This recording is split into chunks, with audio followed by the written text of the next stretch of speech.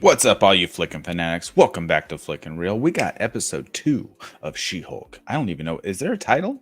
Let me know down in the comments. But we're gonna go live here in just a moment. Right after the jump. I got a guest with me. Her name is Allison. She's not a guest, actually. She's part of the channel. Anyway, I'm messing this up already. I'll see you in a minute.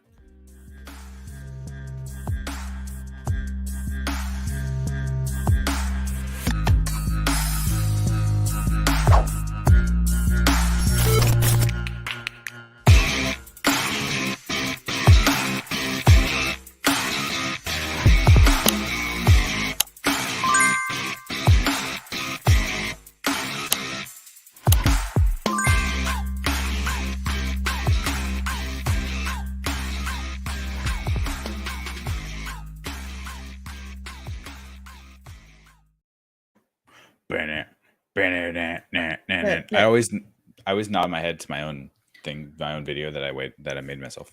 I also love that because I have a tendency to make noises with my water bottle and other things in the background when I've been told to be quiet because of intros that you automatically mute me and unmute me like a child. No, that's not why, because I was hitting live and I had music playing. I just didn't want you to like burp or something as you do. You're known as I do because I'm a monster. As you're known to do. As I'm known to do. Exactly. So we're just gonna you just take the power out of my hands, and honestly, it is for the best. Yes, we are nothing if not professional around here. You know what? I'm off on call, so I'm enjoying myself. You, as you should. What you drinking, friend? Jack Daniel's Watermelon Punch. Ooh, contains alcohol. There is alcohol in this. Anyway, welcome back to Flickin' Real. We got episode 2 of the She-Hulk, and we got a review. We're going to do a spoiler review. You see it up here above us. We got spoilers. If you're watching live, please like the video, share it on social media, tell your friends, say, hey, we're talking about stuff. We're not going to go too long, maybe 15, 20 minutes at the most. Talk about what we like, what we didn't like, etc., etc. And if you're watching on the replay after the fact, please comment on the video. Also, like, subscribe to the channel. All that fun stuff. Also, I found the title of episode 2. Oh, sweet. It is Teamwork. Superhuman Law. So see, having me muted was great because I was typing away. Perfect. Exactly. Teamwork. Also, when you're watching later, not now, but later, make sure you check out our Sandman reactions. There's Allison's. How many chins do I have in that? You know what? It was warranted for the scene you were watching because I was editing that, and it was just like all the cringy stuff going on in that episode of the serial. There's a lot of cringy stuff. I still think my favorite out of everything was my response to eating an eyeball like a snack. Oh, right on the table. Did you see the captions I put over your head? Yeah. Like, as opposed to what, like a Tupperware container or a bowl or something? Yeah. Anyway, back to She-Hulk. Back to She-Hulk. We're having fun here. Hopefully you're always having fun too. Always. I like this episode. Did you like it? I did. I'm enjoying it. I mean, right. I was a Tatiana fan from back in I didn't follow it all the way to the end, but I did watch the first 2 seasons or so of Orphan Black, where she plays a clone. So there's like multiple versions of her, and she kicks ass through that whole entire show. So I was really excited. There's like 13 versions of herself or something like that. Yeah, there's a lot. The Clone Club, it's a lot. Okay. I haven't seen it. I've never seen the show, but it is great. It's so good, and she's amazing in it. For All Mankind are like the 2 shows I kind of want to watch right now because of She-Hulk, and then because everyone just wants to shut up about For All Mankind. So that's so I've loved her ever since. So knowing her, she was in this one. I absolutely adored the first episode. Mm-hmm. I thought it was fun. I thought it was I'm loving the fourth wall breaking. I like that we get a quick little, here's how I got here, and now we're kind of diving into it. Right. I want to see a little bit more Jamila. Like, I want to know where we're going with that. She said in some interview, or I can't remember where she was on, but she was like, I'm going to be very annoying this season. Like she said, like, my character is going to be all over the place. So what we saw in the first episode is not all we're going to see from her. She's definitely going to be around doing other things. 100%. So I can't wait for that. Dennis is a prick. Yes, he is. So I wrote down what he say. Okay, I was taking notes, and the note for that scene was just misogyny. Dennis, there's a hot chick. I'm gonna go talk to it. Yeah, That's what he said. Yeah. It Dennis, made you're such me an think asshole. about, Fuck you. I'm a big, like the fact that his name is Dennis, I just laugh every time listening to him talk because I'm a big Always Sunny in Philadelphia fan. So there's a whole episode, and one of my favorite episodes is called The Dennis System, where like Dennis Reynolds goes through like how he, you know, meets his women and what he does. And it's so misogynistic. And that's the whole point of that episode. Like it's making fun of all of that. So that's immediately what I always think of. And as soon as he's like, I'm going to talk to it, I'm like, fucking Dennis System. Of course. Well, that paired with the guy at the very front, at the very beginning, he said he was getting interviewed, right? SheHULK. And he's like, SheHULK. And he's like, and the other guy's like, SheHULK? He's like, yeah. But he goes, this chick, right? She was pretty decent. Like, dude, you're on a news broadcast right now. Calm down. First of all, second of all, don't be an asshole. But it's what happens. It's immediately what happens. Like we're constantly judged on our appearance first thing off the bat. Like it doesn't matter what it is. So it's like she was good looking. Oh, and she also saved everybody. Well, I mean, and that's kind of what the whole episode is about, right? Because isn't that why the lawyer from GLK and H, I wrote that down, GLK and H, yes, that's why he recruits SheHULK, you know, Jen Walters, but basically says, no, we need the SheHULK to be the face of the superhero law division. So it's all about appearances. It's all about this outward appearance that they're trying to put on. And I love that whole scene where she's like breaking the fourth wall talking about it. And then he asks her a question and she just throws the first thing out that like the whatever word, like agnostic. And then she's like, I'm going to think about that for a year of what I just agreed to. Yeah. I'm like, what is she agnostic about? What? I don't, we'll never know. Exactly. Who knows what she did? So, but yeah, I watching her go through and like none of these other people. And like you even see too, like as she's walking through talking about how she only got the job because she's a Hulk and everything. And you see another female in the office staring her down who's probably been working her ass off for a lot of things to be ahead of whatever department and has never gotten it. So like you're seeing kind of both ends of the spectrum with it. Thank you, Garth. Aww. We always love when you're here. Love when you're here, Garth. Thanks, friend. All the love. All the love me. What's up, Hi, Luke. I'm never on anymore. You guys only ever hear my voice. You never see my face. Yes. I was like, we have to do this at 10 o'clock at night. And Allison's like, I'm going to be sleeping. So I was like, fine, we'll do it at 7. 7 my time anyway. It's like 10 o'clock whose time? It is 10 o'clock. It is 10 o'clock. It's currently 10 o'clock. I guess that makes sense. Because you live on the wrong coast. You know, what can I do? It is what it is. But yeah, no, so and then who also, even like prior to that, who also doesn't love an awkward family dinner? Oh, where like the shits just hit the fan and you have to go and we got to meet Ched. Yeah. Ched, as Bruce put in the first episode. Oh yeah, he's brilliant. The other genius in the family. He's definitely not genius. Definitely not. But Ched got promoted at Best Buy. So you know he's moving up in the world. And then in the post credits, or the mid credits, if you watch to the very end, he's changing a tire, which he can't understand the concept of friction because Jen's holding the car up, so that's why his lug wrench just keeps spinning the wheel because there's no friction to the wheel's just going to keep spinning. Right. And he's like, I don't even know what 4K is, but I know you need it. Come on, dude. Come on. What is 4K? I'm just kidding. Yeah. I'm kidding. And then of course we get to see the first antagonist we're going to get this season with Abomination. Maybe. It's still super early to tell. So upon first watch, I kind of was just right on board with him. And I actually kind of felt exactly what he portrayed out, what his reasoning that he gave for attacking the Hulk, right? Back in 2008 is he's like, it wasn't my super soldier serum. I was a decorated soldier and I was on a job from your government and you juiced me up with all this stuff, right? And so I was like, that's exactly what I was thinking. I was like, he kind of is vindicated. Like he shouldn't be in jail any more than the Hulk himself should be in jail for destroying so much stuff. But he took the first dose of super soldier serum on his or from the government, right? But he didn't the second time that was on him. He went to the leader, essentially, who turns out to be the leader, Mr. Blue, and he stole the Hulk's blood to turn into the Abomination. So, which is what you'll find because you've never seen the Incredible Hulk. Way to put me on the spot. You're right. I haven't. That's why I have a whole podcast about shit I've never seen. So you're watching a show that's directly dealing with the events. So guess what you're gonna do before next week's episode? So giving you homework. I'll giving you homework to go watch Incredible Hulk. Garth also makes a really good point because this was really, really fun. My husband pointed this out right away as soon as he popped up. But Mark Lynn Baker from Perfect Strangers as Jen's dad. I've never sat and watched Perfect Strangers. It was before my time, but it's like in the zeitgeist. I've seen bits and pieces and stuff. Yeah, and like the opening song is like one of the all-time opening songs or whatever. Yeah.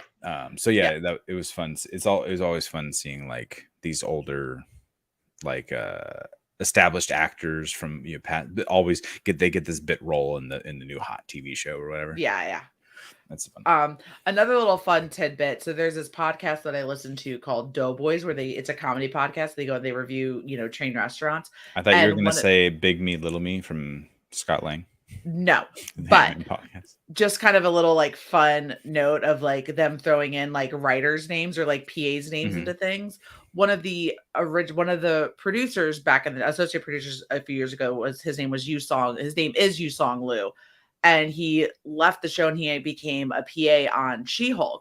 So in the whole scene where she said the mom was telling Jen how she met this really nice guy, Yu Song, or Yu Song Liu, and gave him Yusuf.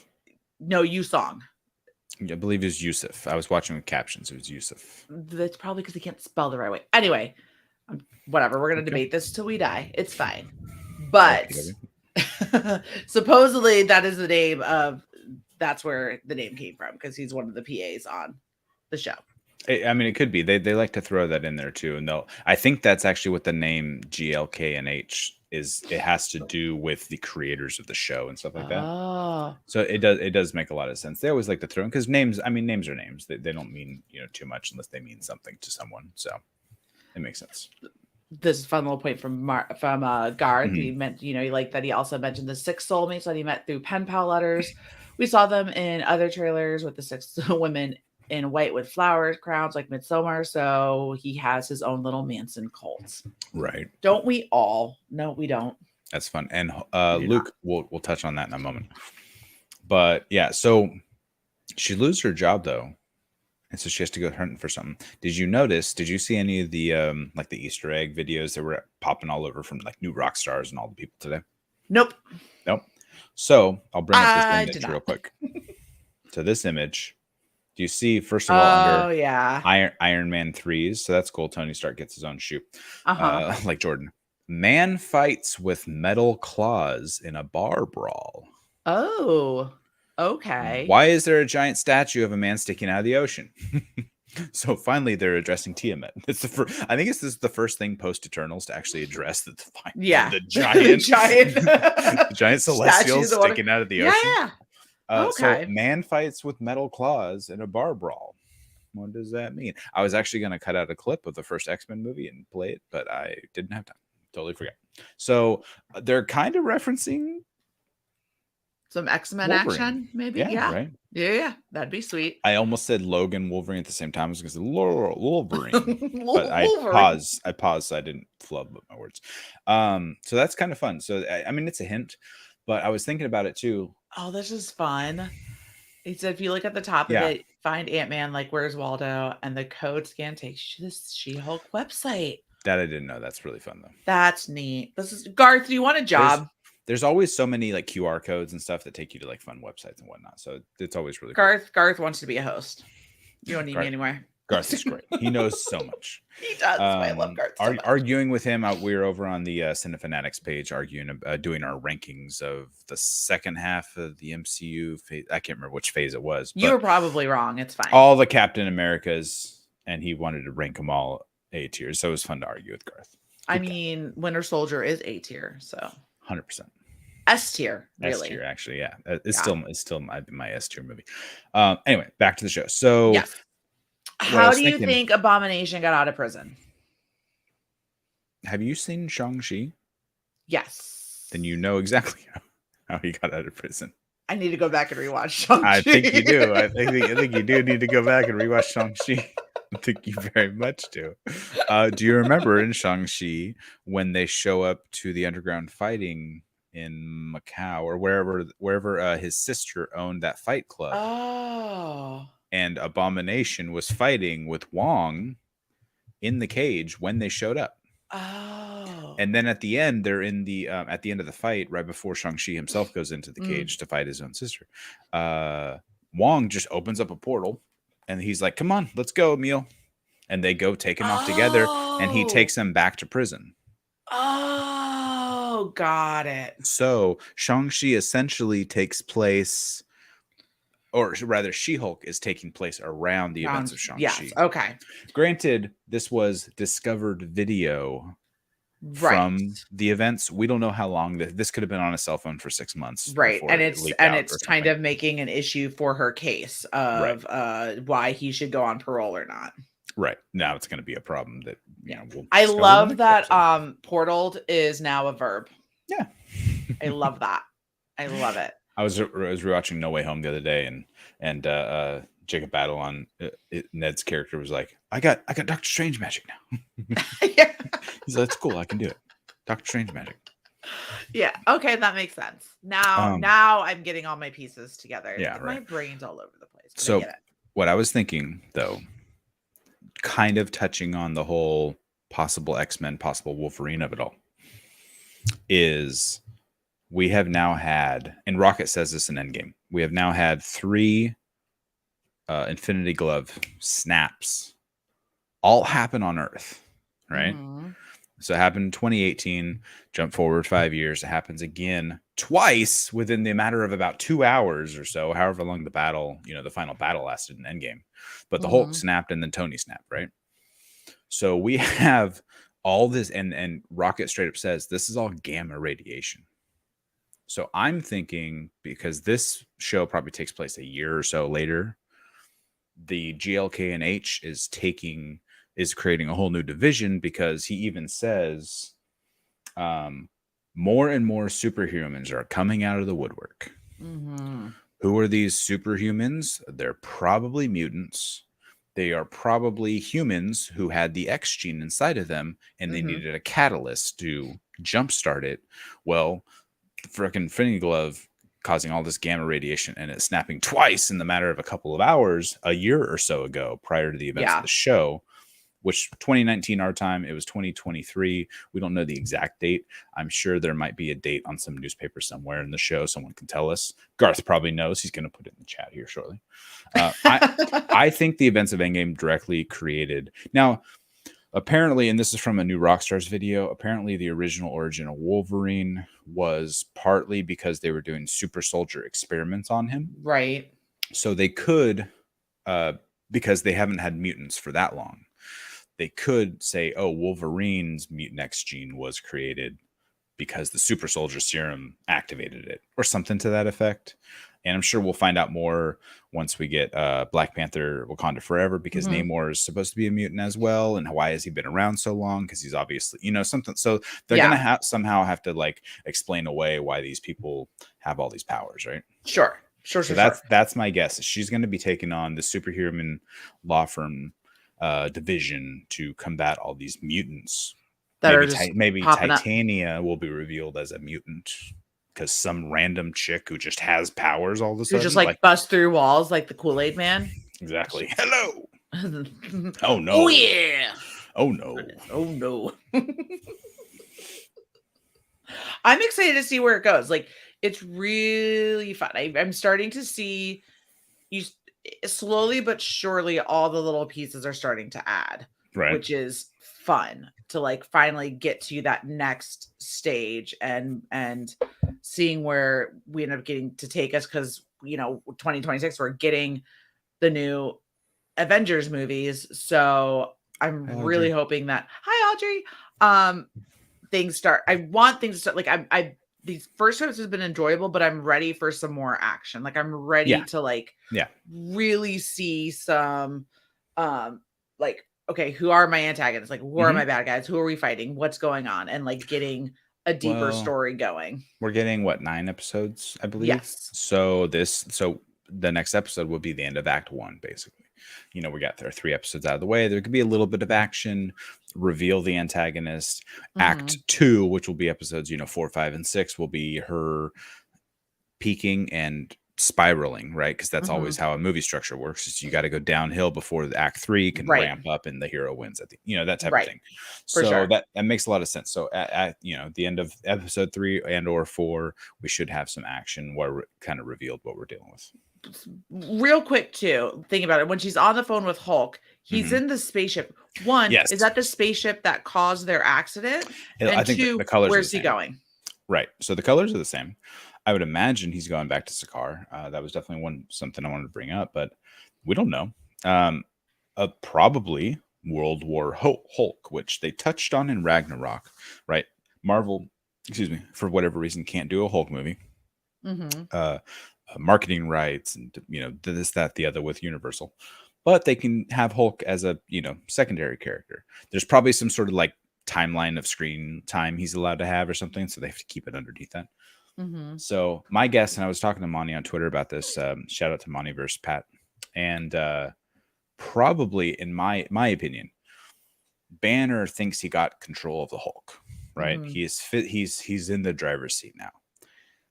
I think he's in the driver's seat because the Hulk emotionally is allowing him to be in the driver's seat and allowing him to use this Hulk body.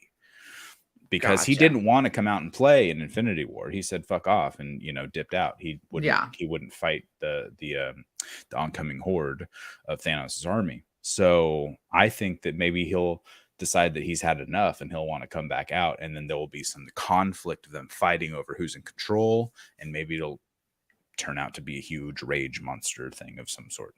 Okay.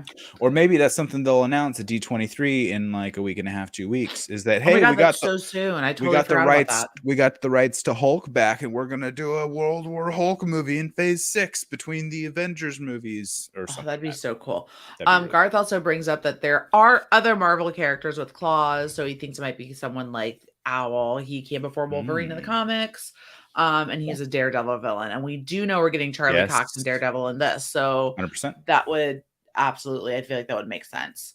Garth just spitting all kinds of knowledge. I think he's definitely going back to Sakaar. If we actually see Scar or not, I don't know. And I'm less wondering, like, I'm not saying I disagree with that sentiment. I think you might be spot on. I definitely agree. It's like, when are we going to see that though? Like, what movie is that going to be in? I don't think it's going to be in this show. Make this show about She-Hulk, right? Don't, the Hulk was a part of it, but a very small part of it. Now it's her show. Let her flourish. Let her. I think that's great. I think by like sending him off, or you don't have to sit and worry about when we're going to get Bruce Banner back, right? Like, he flew away. He's in his. I mean, need him. Well, come to think of it, that's the MCU keeps doing that to Bruce and the Hulk. Send him away at the end of Age of Ultron. They're like, he goes away. What are we gonna do with the Hulk? Let's just send him off world. It's like, where did he go? We don't know. Yep. That was one of the crux of Civil War. He's like, do you even know where your Hulk is? Well, no, he's in outer space somewhere with Thor, with the god of thunder. Somewhere. He's doing his thing. They're doing their thing. Okay. So back on. So you wanted to bring up too, Jen getting drunk. Yes, I love this so much. I love the fact that she has this metabolism. I can just she's just throwing back shots as Hulk, and then her boss comes over and is like, "Hey, we need to talk." And she's like, "Okay." And he's like, "No, I need to talk to you as Jen." Yeah. Because clearly he's very intimidated by Hulk Jen. And also, since he has to fire her, I understand I want regular Jen for that too. He doesn't want to Hulk out. Don't get but angry. how she goes from being fine to like super hammered, super fast, cracked me up. It's funny. I love it so much. It's actually something Monty mentioned, I think, in his first review of episode 1. Because they went out for drinks and stuff, or he was talking about them drinking in Mexico. Yeah, and he actually mentioned that. So shout out to Monty. Go watch his episode reviews. But he mentioned that she has a super metabolism but then when she goes back to normal, her metabolism is normal again. So if you watch that scene back, she was leaning on the table just chugging drinks. Yeah. And then she transforms back, and she got all this, alcohol in her, And and she's so just falling over, and then she exactly. gets fired and comes It, back to it real just, quick. I mean, But it's a sobering experience for sure. I knew nothing about that. That's funny. Ginger Gonzaga, Nikki Ramos. So she's so small in like her role is so small rather, but she like makes the most of it. She's so like, vibrant and like out there. Like she really like does what she can with like minimal screen time. So I really appreciate that. She's And fun. she's like She's the so friend fun. that you need, right? Like she's like while Jen is annoyed that like, oh, they only hired me because they wanted a She-Hulk to run this division. She's like, yeah, but look Mhm. at your office and these views and a full refrigerator full of waters and a really nice expensive desk. Like, look at all these nice things you have. Look at And then this Jen's like, office corner view. This was awesome, right? and then Jen's like, I need to buy new outfits. She's like, which you can actually afford. Right. So I don't see the problem here. What's the issue? You can totally afford it. You can Right? buy a whole new outfit. Like, come on. Yeah. You got this now. I wanted to say, so Josh Segura as Pug, who's a fun friend who comes in with a gift basket with the most important thing you need, which is a map to where the best place to poop is. Absolutely. You have to know where the best place to poop is in an office. So I work out in the world where I go business to business or house to house, right? I'm a cable guy. So I'm on the move all the time. I need to know where the best place to poop is. Yeah. My friends and I, my buddy works for an HVAC company. So he's doing similar thing. He's place to place, this, that, the other. We would just forever like randomly text each other, like Chevron on the corner of Sunrise and Main. Great bathrooms, like fantastic, very clean. Or like Shell station on the, this street is terrible. It's so dirty. I don't even want to sit down in the seat. And like, we totally understood, like we didn't have to say, hey, I'm shitting right now. Yeah. But we totally understood what each other meant. Why do you think? Look, I constantly carry a bottle of Poopery in my purse because you never know. Yes, so I love. Have you ever used Poopery? The stuff's amazing. For fragrance, right? If it's, I've never bought it, but if it was at a friend's house or something, sure. You guys spray it on top of the bowl. It's great. Garth, that was, we're going to that next. Yeah, he played Adrian Chase on Arrow, which is the only thing I know him from. Really, I think he was in another CW show afterwards, but I can't remember what it was, or another superhero show of some kind. I don't know if I got that far into Arrow. He was season 4 or 5, whatever. He was basically a dark archer. And he essentially was, I think he was a lawyer, if I'm remembering. He was like the assistant DA to the city or something to that effect. And and it's part of the mystery is, hey, who's causing all this mayhem and killing people in my name? Why did the arrow go dark? Type of thing. Like that's basically what the crux of the season is. I don't think I watched that season. I think and then he tries to kill Oliver's son at the very end. Yeah, no. But he plays a very menacing villain. Like he was the best thing of that entire season. His acting, he was brutal. Fight scenes are what they are because there's usually stuntmen involved, but he was really good, and I really like the actor. This is a very different role compared to that, where he's just lovely and happy. So I have no idea. Like, is that just a surface level thing? Is there more to him underneath? Well, I guess we'll find out as time goes on. For sure. Yeah, he was the vigilante. There you go, vigilante Prometheus. Good job. What's up, Reef? Hi, Reef. So I had a question. Okay. How did the Hulk have cell reception at all? And that's the guardianship. That was a question I had while he was flying through space. Well, then he zoomed off, so it was all gone. Reception. Right. Did you notice when the Hulk says? When she was trying to break it to him that she's going to be representing Emil, right? Abomination. And he goes, it's totally fine. Like he was totally on board. Yeah. He wrote me a nice letter and a haiku. We've patched things up. It's fine. He goes, that fight was so long ago. It's like I was a different person. Yeah.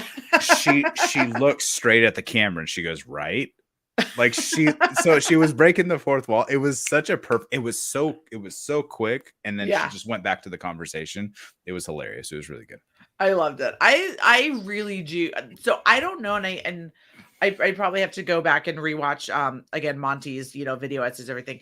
Is fourth wall breaking, is that something that's like done in the She-Hulk comics? Maybe Garth? Yes. Okay. Yeah, pretty much Deadpool, She-Hulk, and I'm sure Garth will throw it in the chat here. A couple of characters do it, not many. Because you're essentially acknowledging the audience. Right. There was a fun video I was watching. Was it New Rock Stars? It was something, but Tony Stark kind of does it in Iron Mm-hmm. Man 3 until you realize at the very end that he's actually talking to Bruce Banner the whole time, like in a therapist chair, Yeah. in the post-credit scene. So, but he was kind of telling a story to the audience the entire time, but he never like deadpan turned and looked at the camera. Yeah. We've also seen Wanda do it though. Yes. Okay. Cool. Yeah. I love it. John Byrne started the fourth wall breaking into with She-Hulk. Oh, okay, Yeah. John Byrne, the writer artist person. Yeah. That makes sense. We saw a little bit in WandaVision, Mm-hmm. especially in the episode that was like the Malcolm in the Middle episode where she's talking to camera the whole time, kind of like Modern Family, Malcolm in the Middle type of thing, until she says something and like the production person behind the camera, who turns out to be Agatha all along, Mm-hmm. says like, "Oh, are we supposed to do that?" And she looks at the camera. She goes, "You're not supposed to talk." Like she's, Yeah. she's directing them basically. Yeah. So yeah, I don't know. It's interesting, but I don't know how many characters do it. And she would tear through the pages. That's fun. That's kind of fun. That's a good way to do it. Fun. I hope they bring back the. Did you ever watch? Did you see 2003's Hulk from Ang Lee? No, with Eric Bana. With Eric Bana, yeah. Yeah, no. So I mean, it was 2003. I was 15. I really liked the movie at the time. I see, rewatching it back, it's not like great, but I really liked the power set that the Hulk had in that movie because essentially the more angry he got, the bigger he got. He would grow. Okay. So if he was getting shot, you would see his arm absorbing the damage and growing. Okay. And then he's like, every time he's getting angry, he's getting bigger and bigger. And it was really cool. There was also a scene where he's in the desert and he's running and he jumps and then he jumps and then he basically flies through the air because he's running and jumping so fast and tall. I really dug the way they express his powers in the movie. So I hope they do something like that too. If they do end up going like World War Hulk. Yeah. Like Luke brought up earlier, World War Hulk type of thing. I hope they express like how his powers, he can't die. Like he's tried to kill himself. He cannot die. Right. She-Hulk, she's a little more mentally stable, because she doesn't have this dual personality that the Hulk has, Bruce Banner has. But I hope they do that with their power set as they help them grow and do more. It'd be really cool. For sure. What do you hope to see in next week's episode? I think so. We do see in the trailers that Emil is in like a support group of some kind with like a bunch of other bad guys, basically. So maybe we'll see some more of that. Maybe we'll see her being a hero of some kind, like taking out a villain of the week. Like I want to see a montage of her just like stopping crimes on the street. Like she's just trying to get to work. She has a cup of coffee. She's just like normal Jen. And then she's like, "Oh, this freaking carjacker!" Like, and she just like mashes the car, and I love it. No, something like it'd be really fun to see her using her powers a bit. And then just some sort of reveal as to what the actual villain is. Is it the DODC themselves? Is it the GLK and H? Like, are they nefarious and they want her to do whatever? Is it Titania just bugging her and like, Yeah. What about you? Anything you want to see? I mean, since now that all the dots are connected with the footage of Abomination fighting, I'm wondering if we might get a brief glimpse with BD Wong, because I know we saw him in the trailers too.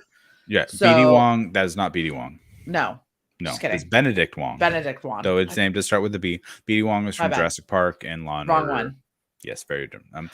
Though he did play a DC villain in Gotham. Benedict Wong. Yes, Benedict. That's what I meant. Same thing. I said Benedict, but it was really fast. Benedict Wong plays Wong. Yes. And there's also BD Wong. I don't know what his first name stands for. It could be Benedict. Maybe he changed his name. You know what? We know it's fine. I just go here. But maybe seeing some Benedict Wong now that because maybe she has to go talk to him and be like, what the F were you thinking? Like, what's going on? You hit the nail on the head. That's 100% what it's leading to. It's like, she's like, how did you escape? How did you get out of here? What the hell just happened? Exactly. And maybe we'll find out a little more of the timeline. Like, did this happen 6 months ago and you're repenting for it? You know what I mean? Like, what type of thing? And there was news today. Was it today or yesterday?